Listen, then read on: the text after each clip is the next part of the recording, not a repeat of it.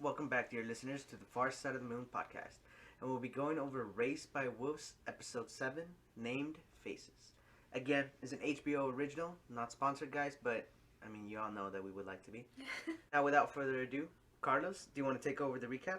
Of course, thank you so much. So we're starting the episode here. I do just want to point out, while we are watching Campion slowly run over to Mother, shouting with no audio, just music.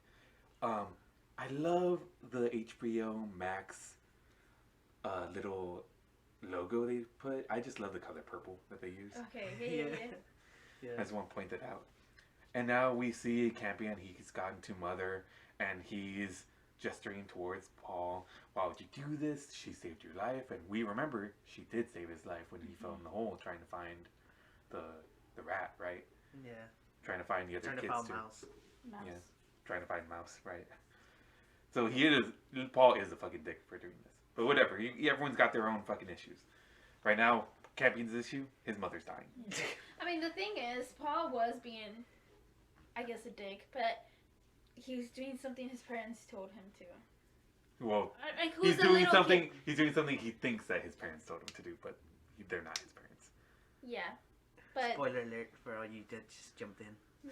yeah, sorry. If you haven't heard our previous episodes, go listen to them. Please.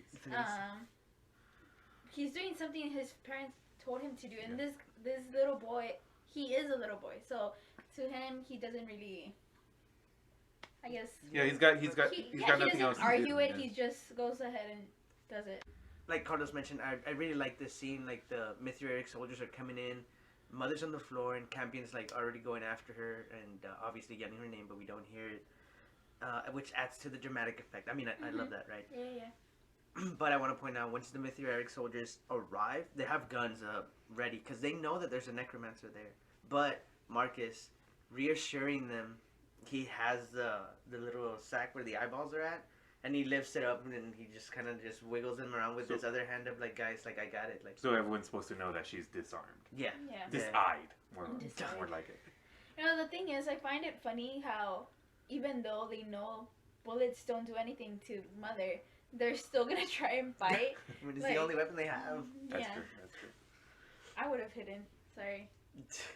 Right, so the Mithriatic soldiers coming in, they shove Campion off, all hardcore. It's a really great shove that they have here.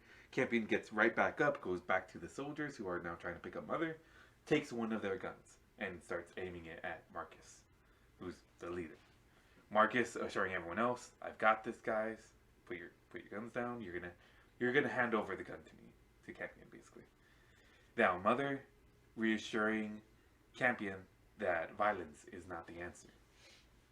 That even though she's dying on the ground, she does not want him to either hurt someone else or get hurt trying to save her, right? Yeah. So Campion, as a result, he stands down. Marcus takes a gun. All the while, Sue is watching on, being like, "I really didn't like what you made Paul do." Yeah, you used our son as a tool, basically. Yeah, Yeah, a he tool really for did. war. Yeah, the way that the atheists would use children before. I'm sure we talked about that. Yeah. Now, Marcus taking Campion over to the carbo shed. I want to point out it's the one that they locked Father in. We know that because there's still a hole in the shed. And it's saying like, okay, well you're gonna stay in here.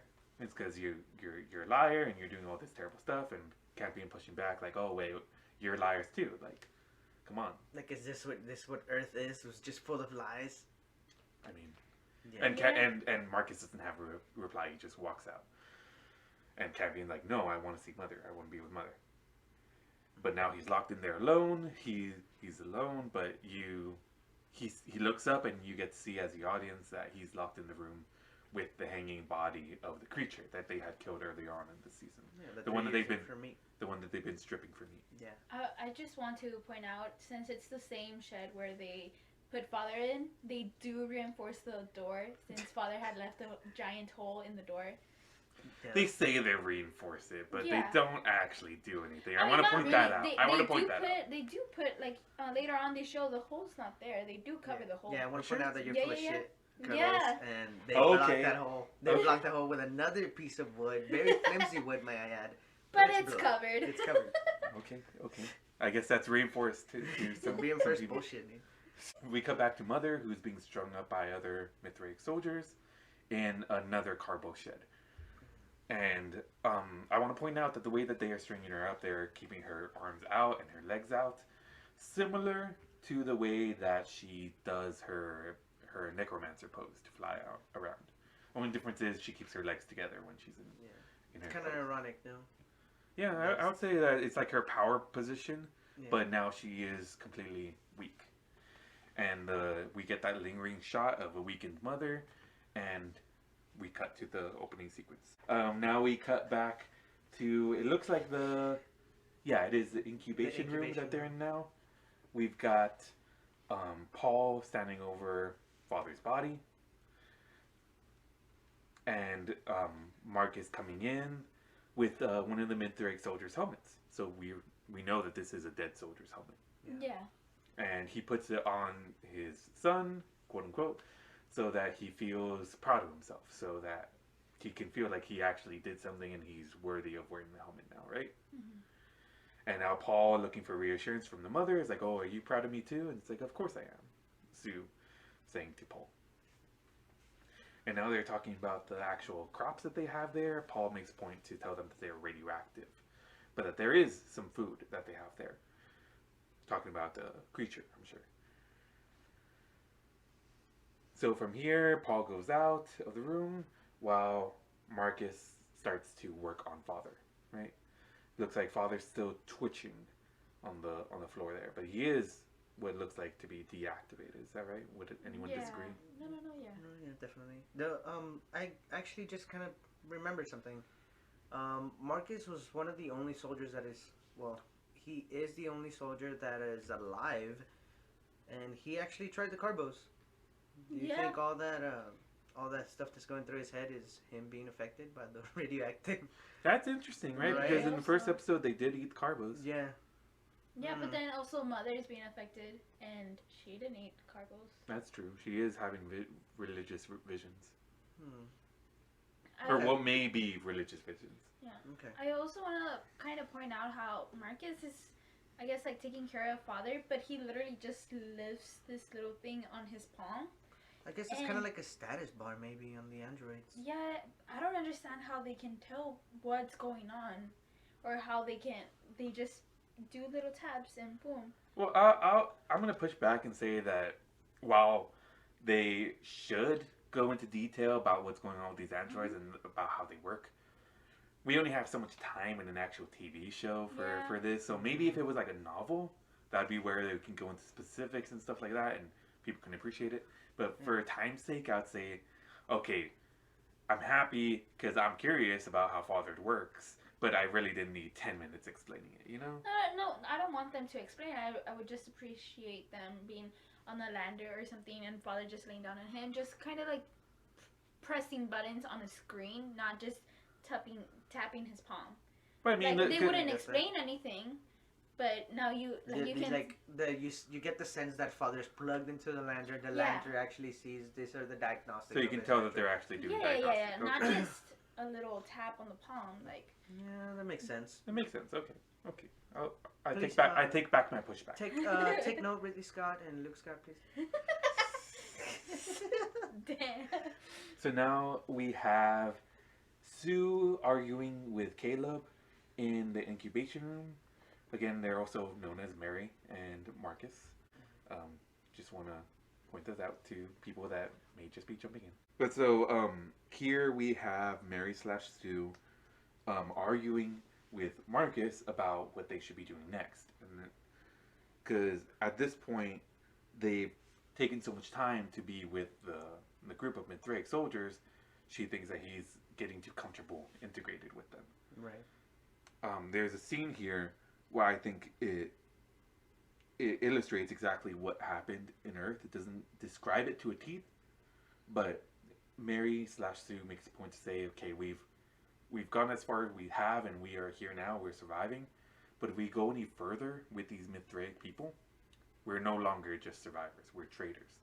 These people destroyed the earth. That's what she says. Yeah.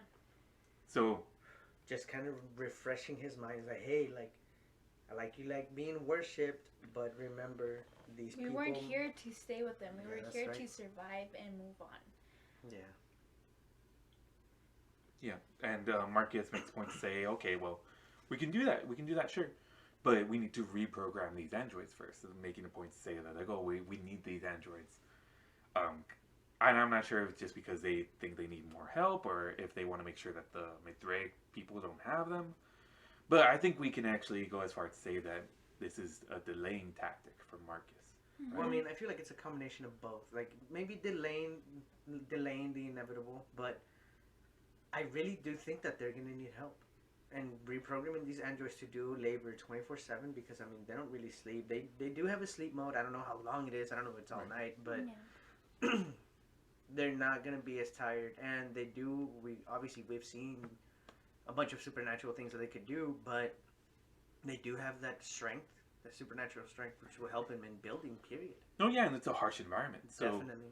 so we know that they can get sick just from hard labor, whereas the androids won't. Right? Maybe not harsh environment, but maybe not friendly. It is. I would go as far as to say it is hostile, Oh, just yeah, because the we've got creatures. no, not just the creatures. Every plant life we've seen so far has been poisonous. That is true. That's The true. planet does not want them there. You're right. You're right. Okay. Well, I mean, they don't really need the droids for the plants because they figured out that the carbos were radioactive by putting it on a lander, which any human can do. I just mean, but they need manual labor. Okay, yeah. And like I said, they can do the manual labor, but it's so harsh out there that you'll get sick eventually by overworking. Yeah. Potentially. Right. Maybe we'll get there. Maybe we'll talk about that later. So Sue makes points to say, okay, well, we can use the service model, the father, basically, but we don't need the necromancer. That we should kill the necromancer to keep it out of anyone's hands, and that way they can feel safe and stuff like that. And I mean, we know that these atheist soldiers have suffered at the hands of these necromancers in the past. So I can totally understand their own what's the word I'm looking for? Their own fear when it comes to this necromancer, right? Yeah. Because, I mean, they've actually fought against necromancers on Earth. I just want to point out during that conversation, Marcus at that point when Sue is telling her, "Oh, you need to kill the mother," basically, he looks down and he sees the knife that he had seen in the vision the previous episode. I feel like that was kind of like a reminder, like, this voice is talking to me. This is the knife in my vision, and kind of a reminder of this voice told me not to kill mother. So it's kind of just, lingering there. Mm-hmm. Yeah. So Marcus makes a point to say that the necromancer is the most powerful weapon on the planet, and without it, no matter what they build in the tropical zone, it can be taken away from them if they don't have the most powerful weapon. Which would be Mother. Which would be the necromancer, yeah. So I can totally understand that. They definitely should reprogram Mother so it can help them, right? Mm-hmm. I mean, they're no champion, but I mean, I believe they'll try and reprogram this being. Yeah. Mm-hmm.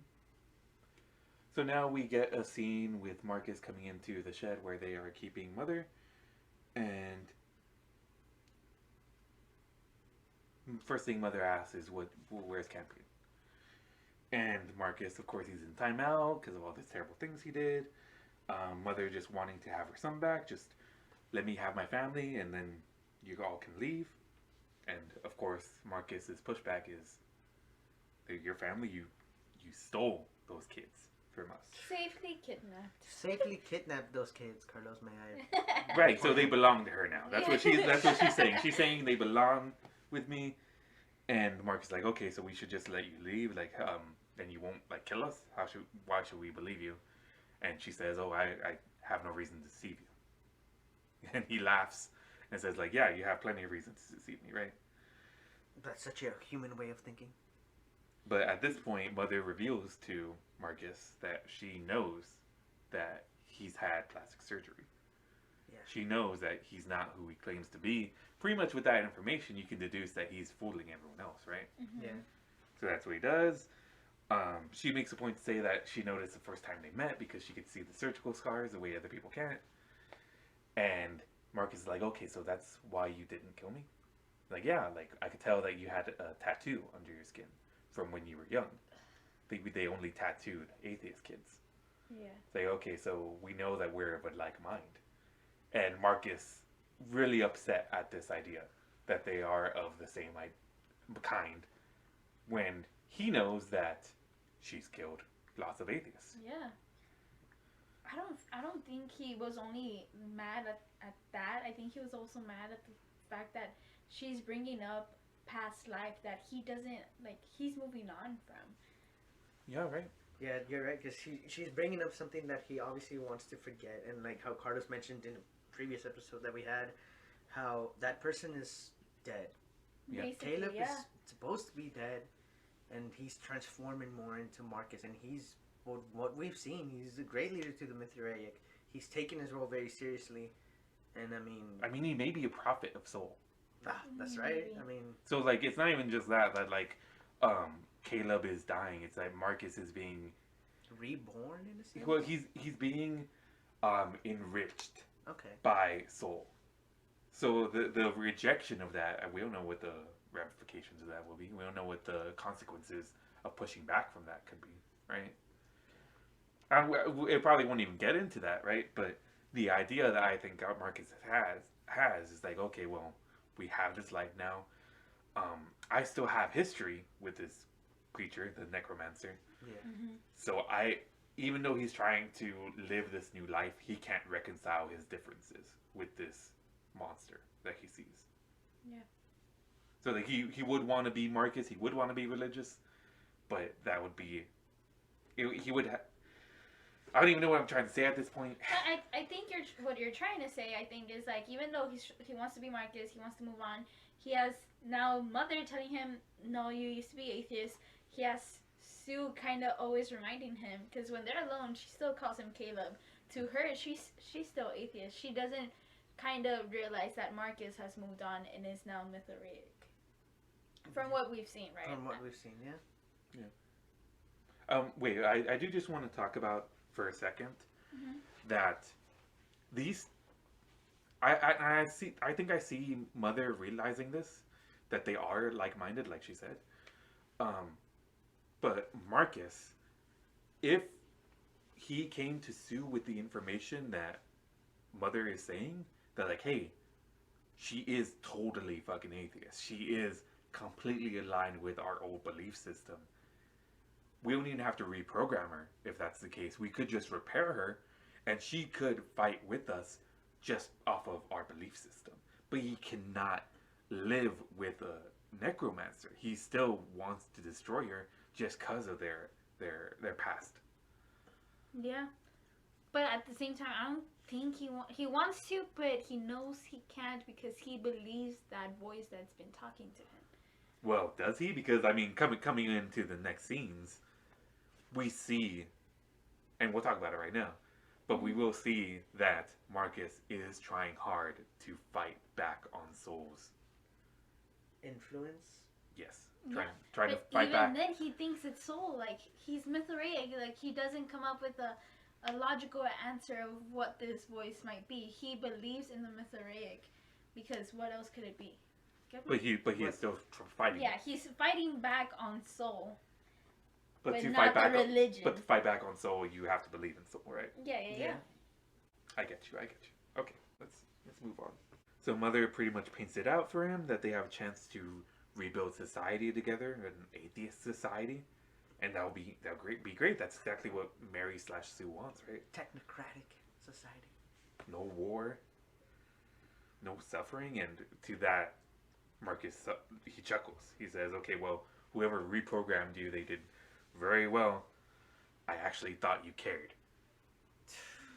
And I think that's pretty hurtful, right? Yeah, dude, that sucks.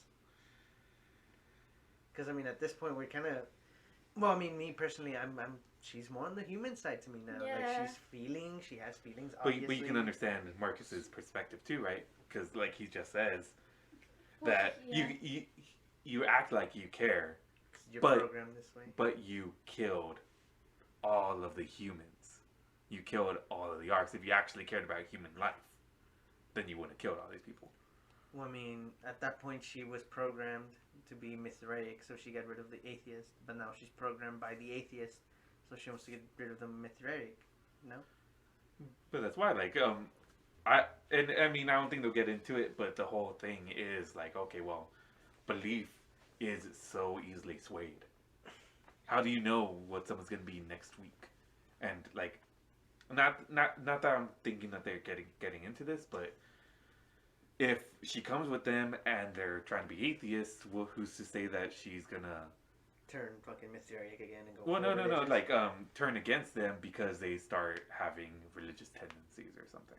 Okay. Like there could be, and we've seen it just because she was breaking down before that she just fucking flipped and she killed father, and then and then she came back and be like, oh, okay, well I'm sorry father, but here we go, you have a new power system, JK. you're good now. JK, I'm sorry, JK throw a joke. Down. Right? Can we talk about this next sexual embrace that there is? Well, mother says, then why haven't you destroyed me? After Marcus is pushing back, saying that she's not human, basically. And this is when Marcus gets really close to her, pretty much holding her in his arms, right? And she gets Yeah. up to his face. It looks like they're gonna kiss or something, but he might just be like, it looks like he's looking at her eyes, seeing her reaction, and then he pulls away. Maybe Their lips were almost touching. Yeah. They were really close. Yeah, and he looked at her lips, he looked back up, and then he pulled back. And I was like, what? Where did this... Yeah, I didn't understand Yeah, where that came from, but the way Carlos described it, like maybe he was trying to see if there was any human reaction to her eyes. Because if he thinks that maybe, like, oh, you actually care, let's see what this makes you feel. Mm-hmm. Maybe that's what he was trying to do. And while he's doing this, he's reminding her that she spent so much time in the simulation, questioning, oh, well, what were you doing in the simulation? What were you doing there? Yeah. This kind of goes back to what I was saying before. I think I was saying that, like, oh, we don't know if Campion was part of the simulation trying to fool her, and that was what they were talking about, that they put her in a feedback loop. But now we know that that's not the case because they don't know what she was doing in the simulation, Yeah. it seems like. It just shows the data log, it doesn't show what. But the thing is, he like asked her, like, oh, is reality not good and not happy enough for you, or something like that. How can a droid have feelings? Like, so he's kind of... He's like, he's going back and forth with himself, I guess. Yeah. Like, he's contradicting himself, not really. Yeah. Okay, yeah. Oh, damn.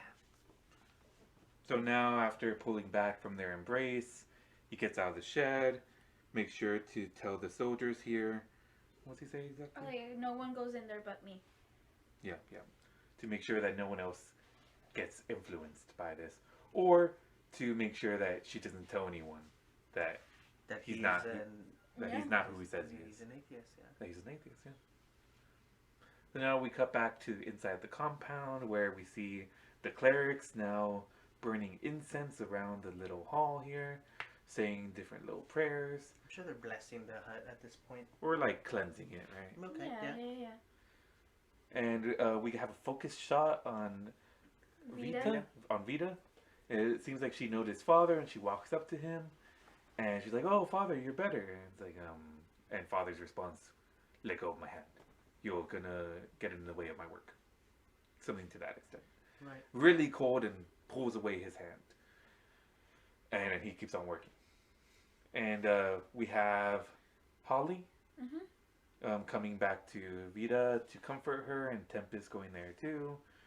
And they're talking about how he's just an android now, that he's not the same person he was before. Even though he wasn't a person before, we know he had personality. Yeah, Right.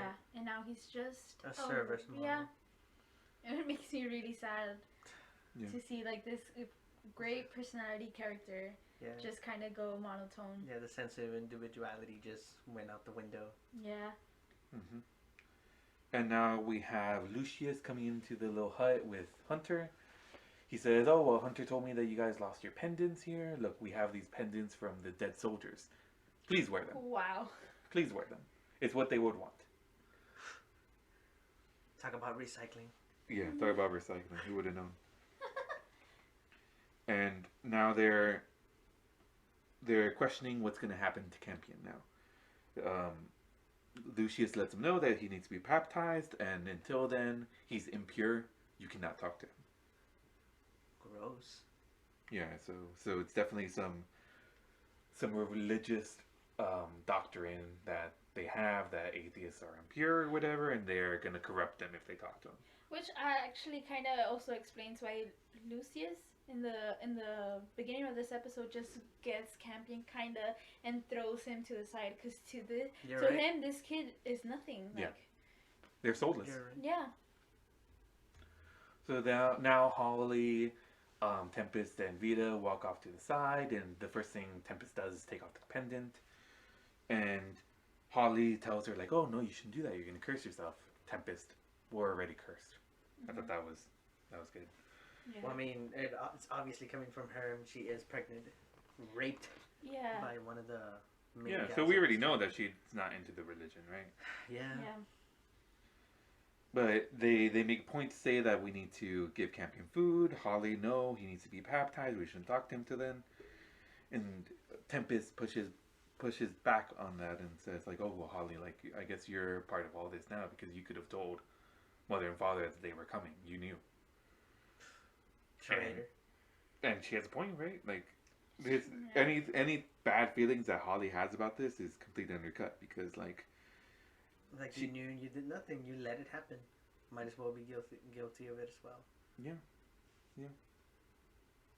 And Holly's like, "Oh well, I know why you hate our religion, but that was just one cleric that raped you. It wasn't Soul." And that is a terrible thing to say to a rape victim. And she responds with like a good thing. Is like, "Oh well, that's great. I guess that makes everything that happened to me fine." Yeah, it's fucked up. Yeah.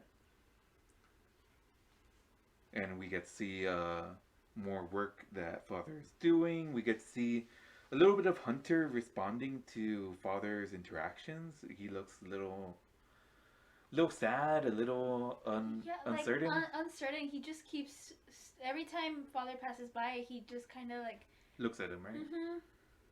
And by the way, Father's doing this little tick thing with his, I guess, pointing finger. Yeah. Well, it's like his trigger finger now. Yeah, I was telling Albert how I think it's Morse code. Yeah. That's an interesting theory. Because I don't think, even though they reprogrammed, I don't think Father is completely gone.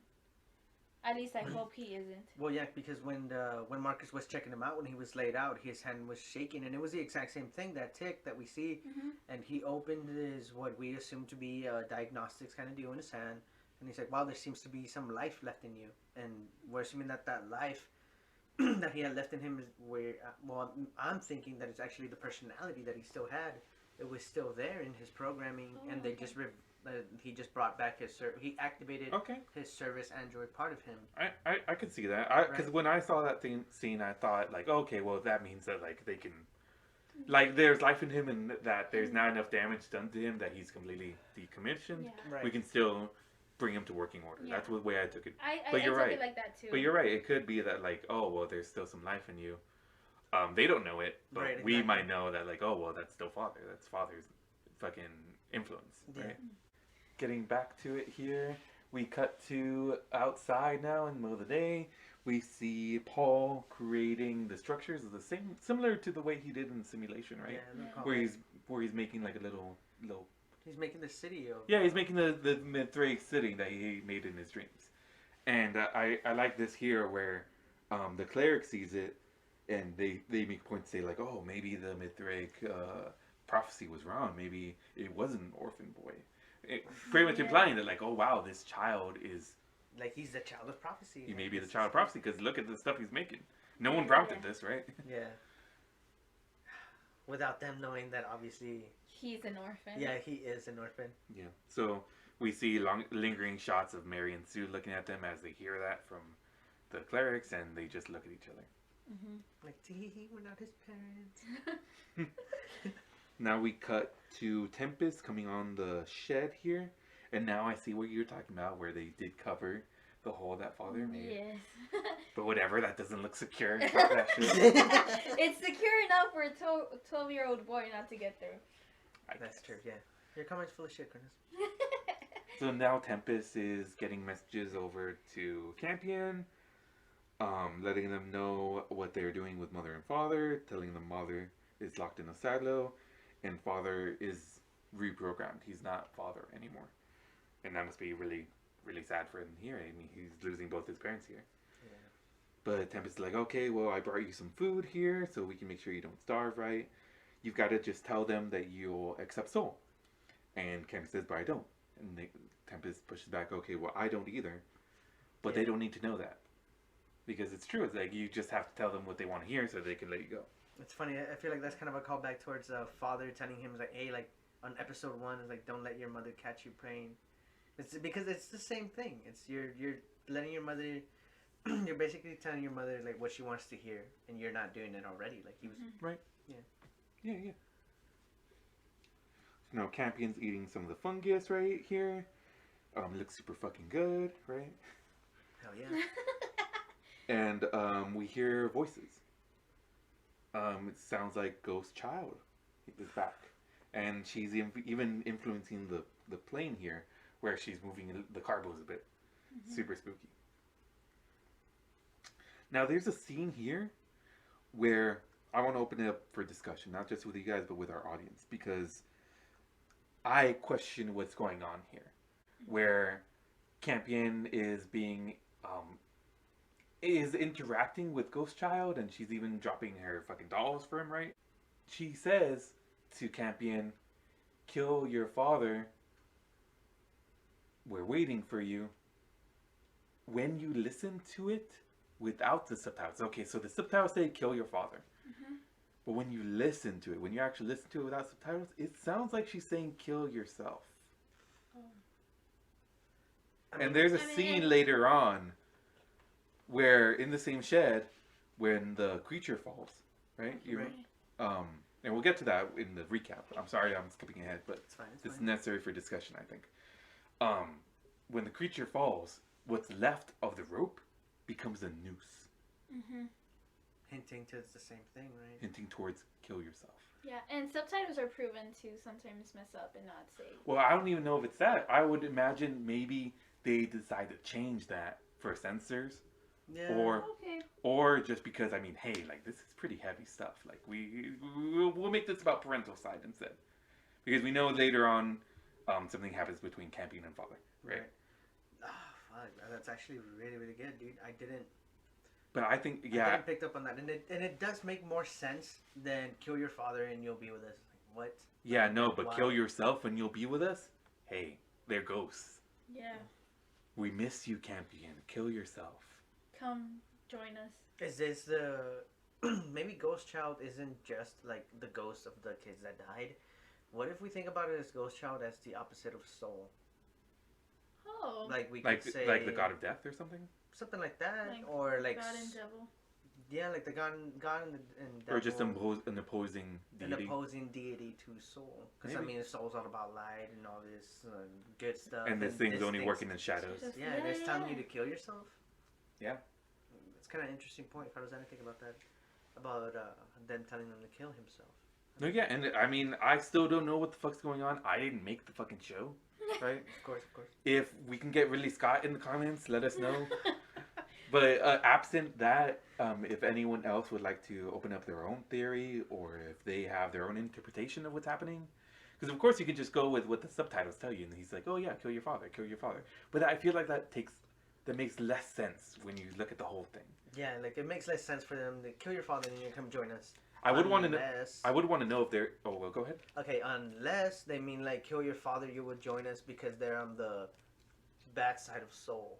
I guess not good at this point. Yeah, we really don't know. We don't know. So it's another theory we can talk about later. See if we're full of shit. Yeah, we'll find out. Like if at the end it makes more sense for it to be the kill your father angle, then we're full of shit. Yeah, if it makes more sense for it to be like, oh yeah, they wanted him to kill himself for whatever reason. Man. But what I want, my call to action to our listeners, if there are any, if any of you watch this without subtitles, please let me know what you heard. Yeah. Because I only know what I heard after the fact, after reading the subtitles. So I really don't fucking know. we'll leave that up to you, and hopefully we can get some feedback before we come Yeah, to we'll the read last the episode. comments and we'll comment on some theories and obviously full of shit or not. So let's get back to it. Yeah, even if you're full of shit, please feel encouraged to comment. Yeah. Your shit is encouraged. Yes, it is. Yes, it is. Okay, It's welcomed. let's get back to it here. Now we cut to back outside. We have the Mithraic soldiers building a building, or building what would you say, like the frame of a building? Yeah, like Yeah, it's basically the frame. It looks like a giant hut, dude. It's like a giant, I want to point out that it's got 5 sides to it. very symbolic to the Mithraic religion here. Oh yeah, totally.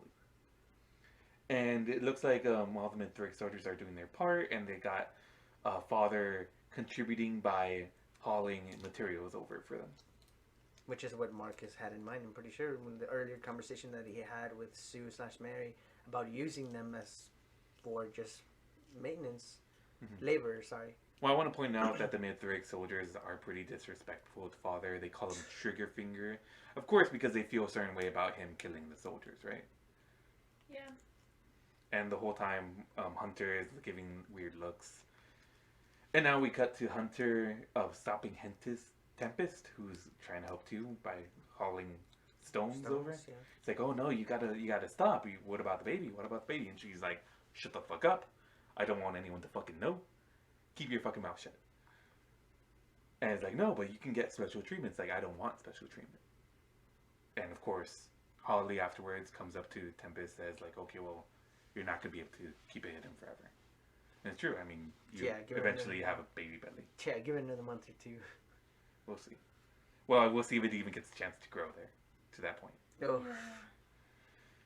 And now we cut to Mary/Sue with Paul. It looks like they're out in the wilderness here, and they're coming up on one of the traps that Paul has. And Paul's like really excited. He says, "Oh, it worked! It worked!" And Mary, apprehensive, is like, "Okay, well, stand back." And they come up on a creature dead in the trap. Yeah, that's because she hadn't seen any of the traps. She didn't. I don't even think she's seen any of the creatures. So Mary hasn't seen any of the. She hasn't seen any of the traps. She hasn't seen any of the traps. So this is the first time that she sees one of the traps. And like you said, Carlos, It may be the first time that she sees one of the creatures. definitely. Yeah. So she's really, really worried about it, but it looks like Paul is really confident, and she's like questions like, "Oh, well, you made this?" It's like, "Oh, well, yeah, we made it, and Campion's the one that found the bait, and we were friends, or at least we were friends." Oh. No frenemies. I mean, you kind of sold out one of your friends, so Ugh. Yeah. like if he's baptized, will we let him out? And Mary, I mean, we know she doesn't believe in this religion stuff, so she's just like, "Oh, well, yeah," and kind of brushes off the question. Yeah. And she makes a comment here, is like, "Oh, well, one of these days I'm gonna eat something good," as she's cutting up the creature. And Paul finds that strange. Like, "Oh, we ate a lot of good things back on Earth. What's up with that?" And she's like, yeah, I just don't remember it. It's been so long. Whatever." It's sad. That kind of opens your eyes to let you know that. And just a callback, I guess, to the first episode where there's people were eating rats. I mean, second episode, I believe. These people were eating rats, man. Like, that sucks. Yeah, and yeah, that was their Survivors. first and only option, right? They eat what they could. At least they got some meat, I guess. And Paul takes a chunk of the flesh that Mary gives him, and he's like, "Oh, that's gross," or whatever. But we know he's gonna eat it, whatever. Yeah. Oh, yeah. Now we cut back to Mother in the shed. We got Marcus back in with some tools. Looks like he's getting ready to perform some sort of operation on her. Yeah, some She girls makes- try to reprogram her. She makes points to say like any attempts to reprogram me will fail. The person that did it before was really strong in his atheistic beliefs. Like that means anything, right? It's like, okay, well, She's talking really high of Campion because this is her love. oh yeah, we know That's that right. at this point, right? I mean, if someone makes you orgasm that big that the whole room is covered in white liquid, then Jesus. And now we have Mother asking some questions of Marcus here, and he's not really answering them, but she's asking about the war, asking about his parents, of how he was as a child, and he's just like, "Oh, well, they're all dead, it's all gone, doesn't matter." And she's like, "Oh, yet you carry that pain. Is that part of your programming?" And she's like, "Okay, well, you being a shrink now?" Yeah, she makes point to say that he's serving his own self-interest. It doesn't matter what he's doing for anyone else. And he's like, no, I'm doing this for myself, my wife, my kid. It's like, you have a son? And now that makes you a good parent? So kind of cutting deep at this person that doesn't know what they're doing, right? Right. When it comes to these. It's like, okay, well, you don't know what you're doing either. It's like, oh, well, my creator made me to know what I'm doing, so I know what the fuck I'm doing, right? I'm a caregiver, I'm a mother. Yeah. I'm doing exactly what I'm supposed to. It's like, but what can you give a child? And Mark is like, oh, well, you're just going to say whatever you say to try to get out, right? You've only known destruction and loss. Oh, no, mother to Marcus. Marcus, you only know destruction and loss. What do you have to give this child? There's no way that you can raise this child correctly because you're just a lost boy yourself. Oof. A reference Remember towards Peter Peter Pan. Pan? All you Peter Pan listeners out there? And saying, Paul is better off without you, and you know it. And I think this is a moment when that by itself cuts deep into Marcus, and he stops what he was trying to do, and just leaves the hut.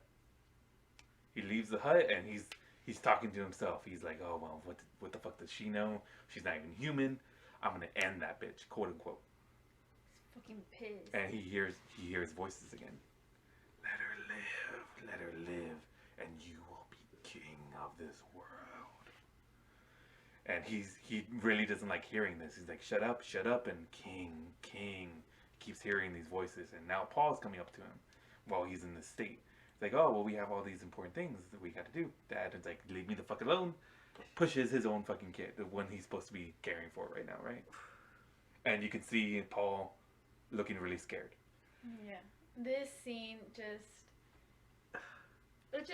it's a little heartbreaking since you kind of see what Marcus, I guess, went through in order to get to Paul, and this voice has such a power over him that he's just kind of picking at the relationship that he has with his new son.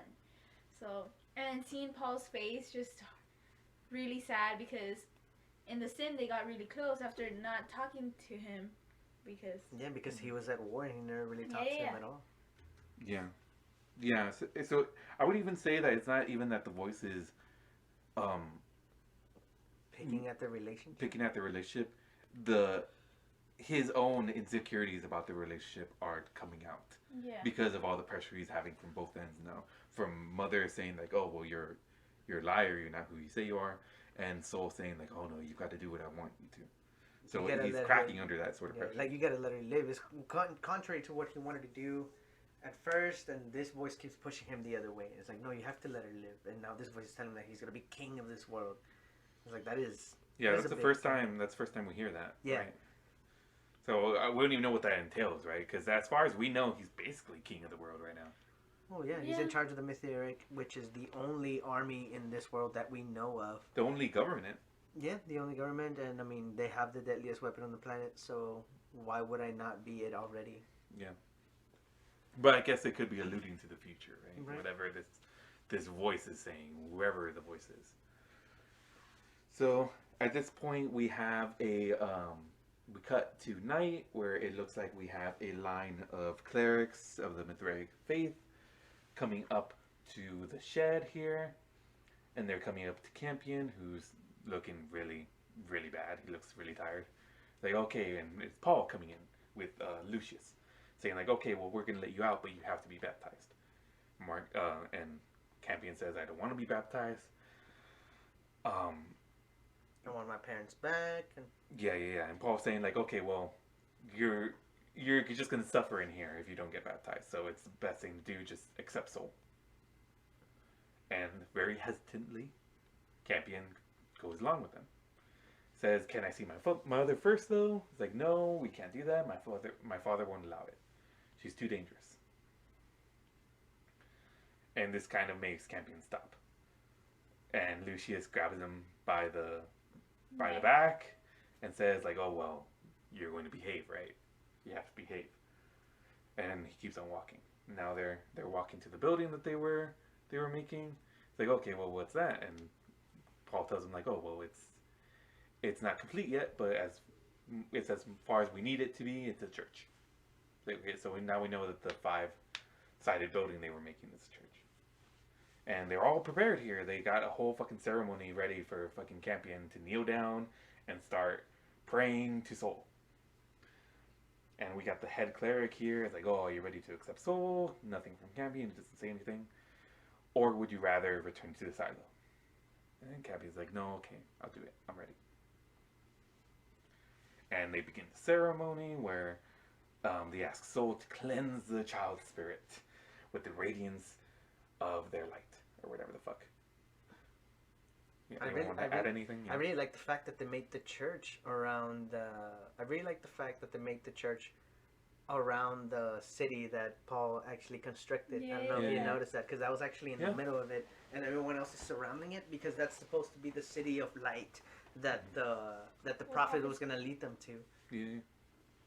All right. So now the cleric is telling the child that's being baptized to repeat the words that she's saying, talking about the armor of Mithras and the light that protects him, shields him from all that is harm.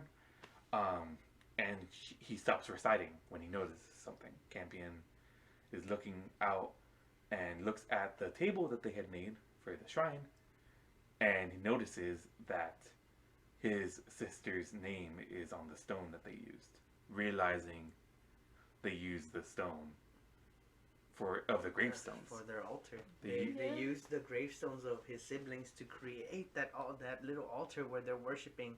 And the cleric she seems to notice, but just mentions is that... the android is the one that picked them out. Yeah. And it doesn't matter. They're soulless. They were atheists. Right? Yeah. Just a bigger dig on Campion's feelings. Because this is Spiria, the last sibling. Yeah. That was alive with him. He knew her the longest out of all of them. And then it's kind of like, oh, okay, well, whatever. Like, it doesn't mean anything. And then...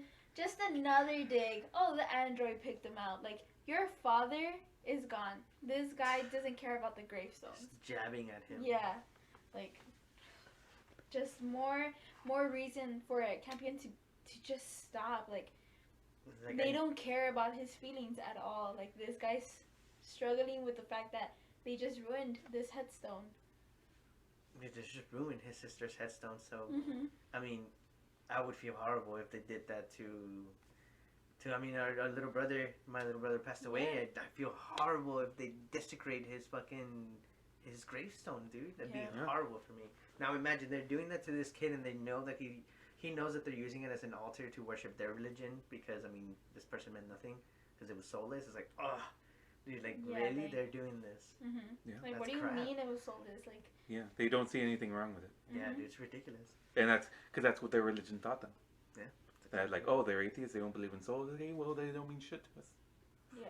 That goes back to Campion being thrown like a rag doll. Yeah. Because of that soldier carrying him and just throwing him to the side. Yeah, yeah.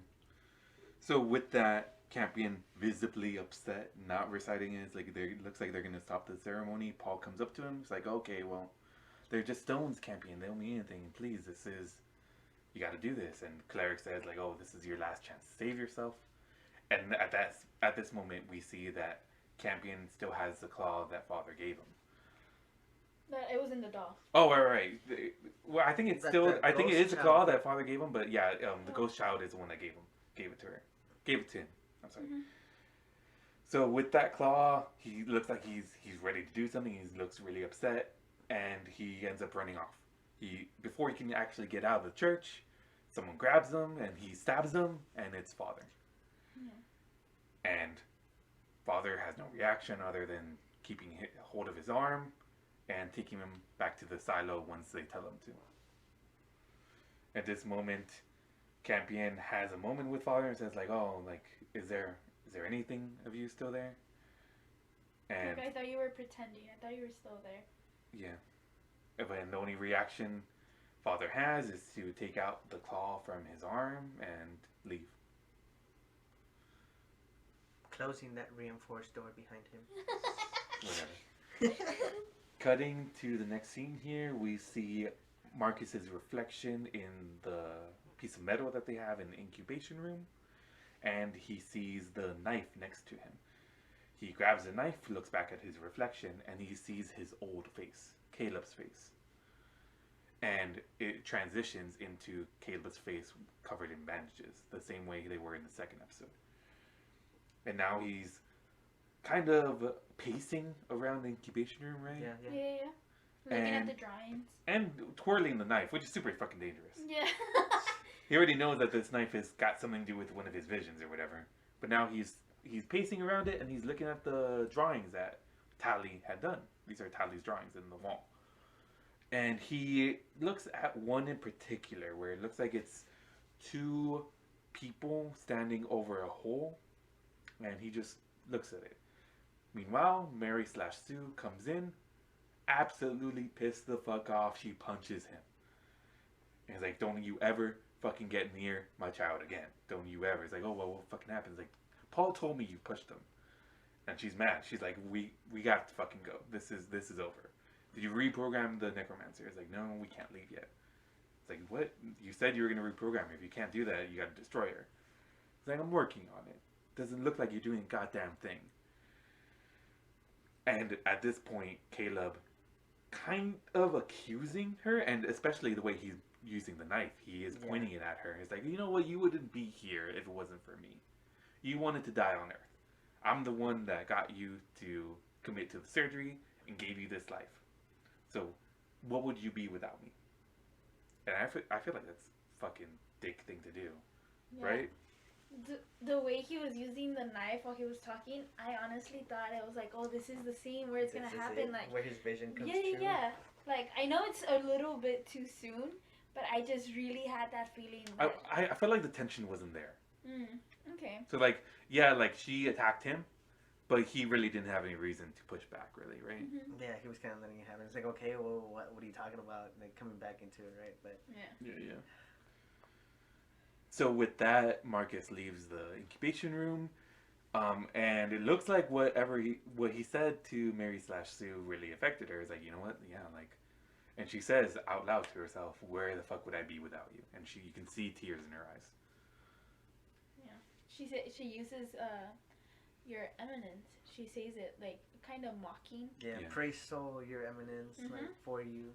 But she still says like, "Where would I be without you?" Now we have Marcus/Caleb walking away from the incubation room. We also have Father stringing up some Mithraic tapestry in the church that they have here. And Marcus stops him. He's like, "Oh, well, I need your help for something." I was like, "Okay." And we cut to Mother in the shed where she's strung up. And Father's coming in, and you can see that Mother's happy to see him. And it's like, "Oh, you're okay." It's like, "Okay, well, has Cappy needed anything? Are the children all right? Are we escaping?" And Father just stops her. He's like, "I'm not authorized to respond to your requests." And at that moment, you can see all light fade away from Mother's eyes, and she's just staring at Father in disbelief, almost, right? She's staring at the shell that Father used to be, like that. It's just a service model now, right? Yeah. And now we get to that scene I talked about earlier, where at the middle of the night we have Campion trying to sleep under the corpse of this creature, right? And we got drips of blood coming down, and it's what wakes him up, I guess. And now he's standing up, checking out the blood, and you can see something kind of moving around on the ceiling. Yeah. We know it's the ghost child because he looks up and you can see Tally's face. Yeah, we missed you, Campion. Yeah, she says, "We missed you, Campion. Don't you miss us?" And this really creepy little scene here where of course, the actress is climbing up a rope, but from our point of view, they're climbing down this rope, and it looks so fucking creepy, unnatural. Yeah. So with that, the rope snaps, and the rope snaps, and the creature falls. The creature falls onto the ground. The rope snaps, and the creature falls to the ground. And what's left on the rope is a noose. And we get more of the scenes like, "We miss you, Campion. Don't you miss us?" And Campion's like, "Oh, well, I thought you fell down a hole. Why are you here?" It's like, "Oh, well, we are all alone now. You got to look outside." and see. So he climbs up and he's able to see outside through the window, and he sees father dragging mother's body. Mm-hmm. Now we cut over to Lucius in the church, and he sees that the father is dragging away mother and that Marcus is with them. Lucius says like, "Oh, Your Eminence, do you need any help with this?" At this moment, mother makes sure to say that this man is not who he says he is, and she's trying to rat him out, right? And I think this is really funny because Marcus is like, "Oh, like Android, can you shut this bitch up?" And she's silenced, and Lucius just says, "Huh, it's a interesting thing, Mithraic tech, like that." It almost sounds like she's trying to save herself, right? Yeah. It almost sounds like she has a life that she's trying to save. But wow, like it just goes to show you our great Mithraic tech. It's so great that it could even try to deceive us. So he brushes it off. He really doesn't think that. Yeah. I feel like Lucius is just so impressed with Marcus, or grateful. yeah, that he just whatever they're gonna say about him, he won't believe it. Like he's atheist. It's not true. Yeah, because this guy feels like he's in. I think that he feels like he's indebted to Marcus because he forgave his father. I guess releasing him from sin according to their religion. Basically, just in the conversation happened in another episode where Marcus did let him know, and it's like Soul is here to. If Soul can forgive, like why can't we? And it's the same thing. Like he's always gonna. I feel like he's gonna follow Marcus blindly. Yeah. To all the things that's going to be happening around him. All those signs of maybe him being an atheist or not, or apparently now, where Mother says that he's not the person that he says he is, he's completely just going to brush it off. He's like, nah, this guy's my leader. Yeah, it's not, we don't even know if it's that he doesn't believe it, or I'm going to say that it's like a self-preservation thing, that like, oh, well, if this is a lie, then all of this was a lie. So like, with that little piece of information, if it's true that Marcus is not who he says he is, then this whole thing, like you said, with his father, all of it falls apart. Yeah. And so his whole faith hinges on Marcus being who he is. Yeah, at the moment, yeah. So yeah, there's no way he's gonna, either he won't believe it, or he can't believe it just because it goes against his own foundation of beliefs. And now we see Tempest actually noticing what Marcus is doing, taking Mother away with Father. And again, the camera's very, very specific to point out Father's twitching of the trigger finger. And his empty stare. Yeah. So we know that Father's doing what he's being told, but there might be something there. And now we see Tempest is going to start following them.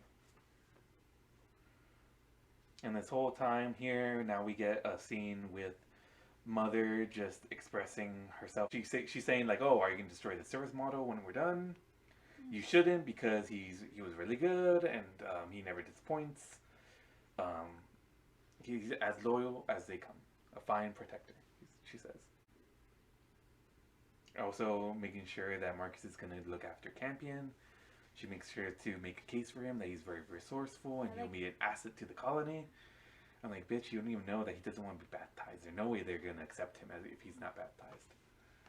Yeah, like Mother is about to be like thrown in a hole, just completely be destroyed, and she still doesn't care about herself. She cares about Father and Campion. Yeah. Truly a caregiver. Yeah, I'm pretty sure she would care about the other kids, but she knows that they're safe since they're Mithraic. Yeah. So at this point, we get a shot of Tempest going through the wilderness, chasing after them, sneaking around, especially now that we get to see there seems to be an amount of creatures out here. The same creatures that they have killed, the same creatures that have attacked them. So she's trying not to be spotted. And she seems to fall behind it a little bit, but I don't think it matters. They make a point to show us earlier that Mother is leaving a trail behind with her blood. Whether that's intentional or not, doesn't matter. The point is, she's going to have a trail to follow even if she loses them because of the creatures. Now we have Marcus, father, and mother coming up on a hole out in the wilderness. It's not the same hole that we've seen before. This is actually a different one. This is the middle of the forest. Because these Middle of the holes forest. apparently are everywhere. Yeah, they're old serpent holes, old serpent worm holes. A part of me wish that we are going to see one of those giant worms or snakes, whatever Maybe. you want to call them. Yeah. Maybe. So now Marcus is getting the same. He's getting father to try to throw mother into the hole. All the while, he's hearing Soul's voice. He's hearing "Let her live, let her live." And now, mother is actually talking to father here. Father, in case you can hear me, thank you for all you've done for me and the children. Serving alongside you has enriched the mission. Feels like that's what she says in the absence of saying like, "Oh, I love you." Yeah. So with that, push, and she's hanging over the pit now, where she should have fallen, right? But what's actually happening here, It's that trigger finger, man. the trigger finger that father has that's been twitching this whole time is now steady, holding onto a rope that It's is. supposed to let go of mother and make her fall. So he's holding onto her with Well, that. yeah, I think he's holding onto the rope that tied her up. Oh, okay. So he's keeping a hold of her. Yeah. And meanwhile, we are getting some mad hallucinations from Marcus here. Yeah. He is hallucinating himself I as Caleb. I feel like maybe not a hallucination. Maybe this is an internal battle that we're seeing. Oh, I would love to discuss this. Right. See, we can talk about what's going on here, but it's kind of a long fight scene. So it is a fight scene where it's Marcus fighting himself, and they are mirroring their moves. Yeah, Marcus is basically fighting himself as his old version, which would be Caleb. So we're looking at Caleb fighting Marcus, but all of us know that it's the same person here. So we know this can't be happening. Right. But we see it playing out, and we can see that he's not paying attention to what's happening with mother in the hole, where now we see mother climbing out of the hole with the rope that father gave her. Or the rope that father is holding on to. Still expressionless, father. Yeah. And now at this point with the fight that's going on between Marcus and Caleb and Caleb, however you want to phrase this shit, they have their knives out now. So they're trying to kill each other, right? Which is awesome, because obviously they're the same person. They're fighting each other, and it's exactly the same movements. It's not like one has other movements, like Caleb and Marcus. He's basically fighting a mirror. Yeah, a mirror. And the fight seems to climax. And while distracted, because Marcus looks over as he sees mother getting out of the hole, Caleb gets the upper hand and slashes at his belly with the knife. And it cuts away, and we see Marcus falling to the ground, falling to his knees alone. Mm-hmm. I want to talk about this now. I don't know if you guys noticed, Carlos, you did mention it, so I hope it does come to your head. We go back to the incubation chamber, whatever you want to call it, that room. In one of the drawings, there was two people and there was a hole. Mm-hmm. So I'm assuming that the ghost child knew that this was going to happen, because it's not the first time that I'm we've seen the ghost child. I'm glad you brought it up, because I made sure to describe it because I knew it was coming up. I forgot. So if we go back to the incubation chamber, we see, like you mentioned, Carlos, we see the two figures next to a hole. Now, this is where I want to hear your thoughts, and again, our listeners as well. Now, is that symbolic to either Marcus or mother standing next to the hole, or is it Marcus with himself and he's arguing with his beliefs, or do you guys think it's mother and father standing next to the hole? Because technically it is Tally. So who is she looking at? Why is she only drawing two people where technically there's three? Well, Do you have something? technically there's four. Yeah. Technically, yes, because of what we saw the whole scene, and Marcus is fighting himself. Well, technically, there's only three. Yeah, technically, honestly, like full there of is shit. three. Like full of shit. There's actually three people there, but there is an internal struggle with Marcus, which would create maybe even a split personality. Right. You could say there is two people I would there. say. I think it's the people in the drawing is mother and father, because yes, they're close to the hole, but they don't. I don't know. In the picture, it doesn't look like there's like a This struggle. is because the picture's not even specific. I mean, Yeah, it's a yeah, children's yeah. drawing, right? Yeah. It is a I'm children's. gonna say that it can't be Mother because we've seen Tally's drawing of Mother gives her hair. Okay. Okay. And I want to say it is Marcus and Caleb? Marcus, Caleb. Because the way that it was drawn, the two stick figures look too similar. The way that old drawings that she does actually make a point to put Kinda features. Put- on Give it. him, Okay. identify him, I guess. Yeah. So, but these two that we see next to the soul, it looks like they're the same figures. I think it's supposed to be that the ghost child knows The this. internal struggle that Marcus has in his It's gonna mind. have, not even that he had, Oh but yeah, he's gonna have. have it. Like right before he has it, right? Yeah. So what? Like Caleb saw this, and because when he's watching it, he kind of does a little smirk, and then Mary enters and punches him. So what? Like, can he tell what's gonna happen, I or? think he just saw it as a drawing and thought nothing of it. Yeah, I I don't think he He himself was noticed. pacing, thinking about something else, right? Because the only person that notices the drawings and actually sees something in Is them, Mother. it was Mother, because it already happened to her, because she saw herself kissing Campion. So now we get this scene, we get that as a reference, and maybe it is Caleb and Marcus, and it's that internal struggle that the ghost child, or the opposite of soul, whatever you want to reference it as now. But I mean, it is credited as ghost child. Maybe it saw that. The internal Maybe struggle it that didn't Marcus even is see it. having. Maybe it planned it. That's why it drew it out, Okay. and Caleb saw it. It's in his head. It happened. Okay, I'm gonna push back from this Okay. because you guys keep on saying internal struggle. I think I might have even been the first one to say internal struggle Okay. because the reality is we don't know how real that was. We don't know if that is internally happening Okay. or if it is physically happening. I Well, mean, he just cut. He But- cut himself. Do you really think he's fighting? Well, we'll see right now. We get further into the injury, Right. but the thing I'm trying to express is that like, it may be some sort of soul manifestation, right? So Right. it may be Tally knowing what Soul is going to do, or maybe having some sort of influence as well with Soul about what's going to happen, meaning they may be working together. Or maybe even, what if it was the actual ghost child himself that was fighting him Exactly. as he looked as Caleb? Because if we've seen the ghost child, whatever you want to call it, That's Tally. he takes different forms. But I mean, so far we've seen only Tally. Tally, what if the ghost child was Campion in the sim? So that's another. That's true. Yeah. That's true. We did talk about this. Because we know that whatever is doing these drawings physically goes into the sim to see what Mother's doing. Yeah. Yeah, because it's the only person. unknown. It's the only person that's the seen it. computer registered is unknown Unknown. that it was in the Yeah. sim. Yeah. So whatever it is, it's not human, it's not android, it's something. Something. And I Supernatural. really fucking hope we know what it is before the end of the season. Yeah. Ugh. I'm fucking tired of this. I just want answers. Really, Scott, please hit me up or leave a comment below. Let I us know. promise I won't say I anything. won't say anything. We'll keep it strictly professional. Of course, that's if we're sponsored, right? Not sponsored, but we like to be, and you know this.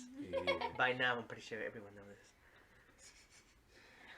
Okay. And if we're not sponsored, I'm sure we'll get some other competitions show to pick up, and maybe they'll sponsor us. Keep that in mind, Ooh. sponsors. Keep that in mind, potential sponsors. Maybe we'll start doing Showtime shows. Here we go. How do you feel about that? So we get a lingering shot of Caleb / Marcus looking at Mother as she's walking away. He hears. Okay. Wait.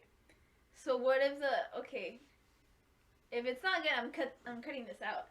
But what if If we're not full of shit, she's cutting it. if I'm If full you're- of shit, I'm cutting it out. If you're full of shit, I'm saying you have to keep it in. No. Yeah. What do you mean I was full of shit? Maybe, possibly. Okay. In the first okay. episode. We all want to be full of shit. It's the same thing. It's the ghost child with Campion, Tally, whatever. It's the same thing. Bought him because he was about to kill Mother. That's why It's a distraction. Yeah. he fucking slashes him and says, "Let her live." Like, this is what you get for almost killing Mother. I definitely believe that because it's not like he literally went against Soul's word Yeah. right here. trying to kill her. And I say soul word. Quote unquote. Yeah. Quote unquote soul's word. Yeah, he's about to tell father to fucking throw her in the hole, and he hears let her live, and he's like, oh, not this shit again. Like, yeah, he keeps fighting against it. He keeps going against the current, Well, like salmon. May I add? So I just want to point out, because before the end of the last episode, he heard the voice clearer than we've ever heard it. Let her live. Do not kill her, basically. And it physically stopped him. He was not able to do it after being influenced like that. Yeah. So I think that's why he brought father in to throw her down the hole, where he can have that fucking thing going in his head, but all he has to do is just say, drop her. He doesn't have to physically do it because he can't. Service model. Yes. So even the voice knowing that he wasn't the one to do it, it's still fought back against it's him. still fought back in a physical sense, right? Because Yeah. now he has a physical wound for not listening. Yeah. I was just adding to your theories. Huh? Like Yeah, another that's good. fact, you know? I think it's good. Appreciate it. Really do appreciate it. So now we see Marcus on his knees, bleeding out, and just watching Mother get away. Cut back over to Paul. Paul just working on his little city here. He's getting more rocks so that he can make his perfect Mithraic fucking city. Fuck him. Fuck the Mithraic. They use fucking headstones. They use the fucking good Dude, kids' yeah. headstones. And now we get mouse squeaking in the subtitles here. Squeak, squeak, squeak. It's like, oh, well, what's going on here? Paul reaches down, pulls away one of the rocks, and he finds his mouse. The mouse that we should know fell It's down that dead, wormhole. Yeah. I don't know what's going on with that. I don't know how the mouse can be back. Well, it was obviously Soul, right? Thank you so. Well, at least Thank that's you. what I mean, that's what Paul thinks. Yeah. Yeah. That is very interesting, honestly. I feel like that's one of the times where I personally don't think, like, damn, like maybe soul is real at this point, like on the show, of course. Well, I would say, like, what's the point of giving him back the rat? Mouse. That's Maybe he might be reassuring. the possible prophet. But you reward people. I don't know if he's done anything to deserve a reward. They Not created in a church our around. eyes, but he created a model of the future city. He helped his parents. And he's trying to convert his friend. Yes. Maybe you're right. So the first thing Paul does once he finds his mouse, he goes over to his mom, would-be mom, Mary/Sue. He's like, look what Soul gave me back my rat. Soul is great. And Mary/Sue is like, oh, that's fine, I guess. Yeah, where's your dad? Go fuck about your mouse. He's like, I don't know. He's like, okay, we'll just wait here. And then she leaves the incubation room to look for Marcus. Caleb/Marcus. Now we get this scene of her wandering out, and what's going on here? I forget. She kind of focused on the lander, and then she hears Paul scream, "Mom!" She looks back and she sees like a struggle, someone walking, and she runs towards the incubation room. Right, and she gets Caleb, brings him in, and now you can see how deep the wound is that was created when Mary/Sue is inspecting it. It's like, okay, well, Paul, you have to leave, go get us some water from the barracks, and asks, okay, well, who did this to you, Marcus? Who fucking did this? And we get to see the knife that Caleb had. It's not that same knife. It's not. It looks not. like the Yeah, knife yeah, yeah. that Mother created, and then he drops it, and it's another And knife. it's another knife. Thank you, because that's I felt like that's where you were gonna go back. That's right? literally exactly why. You guys got it. Thank you. I'm like, how the fuck did he walk back with that giant wound? I at first I thought Father had helped him, but no. It looked like the golden knife that he had was clean, and then when it falls out of his hand, it becomes the military knife that is covered in blood. Mm-hmm. Yeah. So now we're supposed to assume that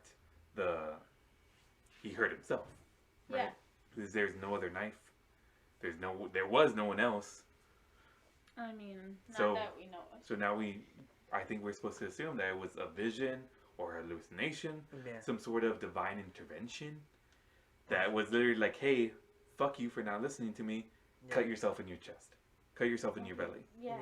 and it was fucking deep. It looked like maybe at least 2 inches deep. Yeah, dude, Like I want to say it was deep, not deep enough for organs to get hurt, but It would depend how much fat you got, right? yeah. But it looked like Travis had a decent amount of fat. He didn't touch any organs. Which is okay, Travis. We're not judging anyone here. Oh no, Okay. I'm a little dude. fat myself. Dude, dad bod is in, Travis. You gotta own that fucking bod. Come out with an OnlyFans, Travis. We gotta see it. I'm be your first subscriber, please. Yeah, I'll pay the $20. Okay, moving on. So now Caleb is telling Mary, like, oh, well, we're not gonna go anywhere. We can't leave because the prophet of the story is about an orphan child on an empty land. It's not Paul. It's not Campion. Fuck all these other kids. It's not any of them. It's fucking me. Without a shadow of a doubt. He doesn't even put it into question. He says, no, I'm the fucking prophet. And I'm gonna say, on pushback, he just went against Soul's word. Why the fuck would you think that you're still the fucking prophet? When Soul has so many orphan kids to choose from. But then again, Yeah. why would he say he told me? Yeah, Maybe we don't on the even way- we don't even see it, but Marcus mentions he told me. Okay. Maybe in a later episode, maybe we do see that walk back. Maybe. I don't know, because I'm gonna definitely argue about that in the next episode. Look out for that next time on Far Side of the Moon. Because that is the end of this episode here. So thank you for your time. Wait. I wanted to open the conversation. Go ahead. Who do you think is the prophet? Look, Hunter. Paul's getting. I feel like I'm kidding. I'm kidding. Who? Hunter. Hunter, get Oh the my fuck god, outta here. no. I personally think. Mouse is the prophet. No, That's why dude, he came I back. personally think that Paul is the one getting all the divine intervention, and I saying that because he just got his mouse back, and his mouse was supposed to be dead. I also think it's Paul. I don't think. At first, I thought maybe Campion, since they mentioned it, he was the only boy from the atheist camp left. I was like, maybe Campion, but no, like I honestly do believe it's Paul. But I don't think Like, Campion is an orphan though, because his parents technically are mother and father. That's true. That's Right? interesting. That's interesting. But also, you can argue that about Paul. Like, he has That's true, too. parents. That's true too. He has parents, not biological parents, but. So then those the are only his one that parents. doesn't have parents right here is the fucking man child. It's But the man child, no, my I boy don't- Travis. No, I still believe it's Paul. Like, I would personally love it to be Travis. I've got a little bit of evidence. I would just put it out there. I don't know if it's actually conclusive of anything, but See? Paul was the first one to see Ghost Child. He didn't ever see Tally, never heard her, but he was the first one to hear her humming. He was the first one that was led into Well- falling by this Ghost Child, right? Okay. So that's worth noting. But the other side of that is that Campion's also being influenced by the Ghost Child right now. but also, if Soul, like that voice, and Ghost Child are related, technically, Otho was the first one to hear him. That's right. Okay. I about Ghost Child, I want to bring that up, that it may be related to Soul in some way, but it doesn't have to be in the same faction. I really I believe that it might be the same thing, since Ghost Child started appearing once the Ark exploded. I'm still of the idea it could be competing deities, like you said, Albert. Yeah. I But- feel like that would be a very interesting subject because they haven't brought up anything bad on Soul's side. I mean, just besides atheists being soulless and that's it. They haven't mentioned I a also like deity that that theory, goes though. against Soul. Because, I mean, every religion does have a downside. And by downside, I mean a In order bad for there- side. In order for there to be light, there should. There should be darkness. Mhm. That's right. So I feel like it could be an opposing deity. I also like towards that Soul. theory. I do, but But again, guys, we might be full of shit. It's up to... Well, we've got 3 episodes to find out how That's full right. of shit we are. yeah, That's right. 3 episodes to get some answers. Maybe. Right? Hopefully we get some answers in the next 3 episodes, guys. But I mean, we'll find out and we'll keep our listeners posted. Before we sign out, I do just want to say, even if we don't get them in these 3 episodes, I'm looking forward to the director's cuts of this. Yeah, let's which may or may not exist. We'll see. Maybe we can write a Hopefully. campaign for it. I'll be down. I'll be down. Ridley, let me know. Shoot me a text, bro. You got my number. Yeah, we're willing to work with you. You know, at our own pace, at our own time. Alright guys, so this is all the time we have left. Please leave comments down below, subscribe, and like the video. And thank you for listening to us. Signing out from the far side of the moon.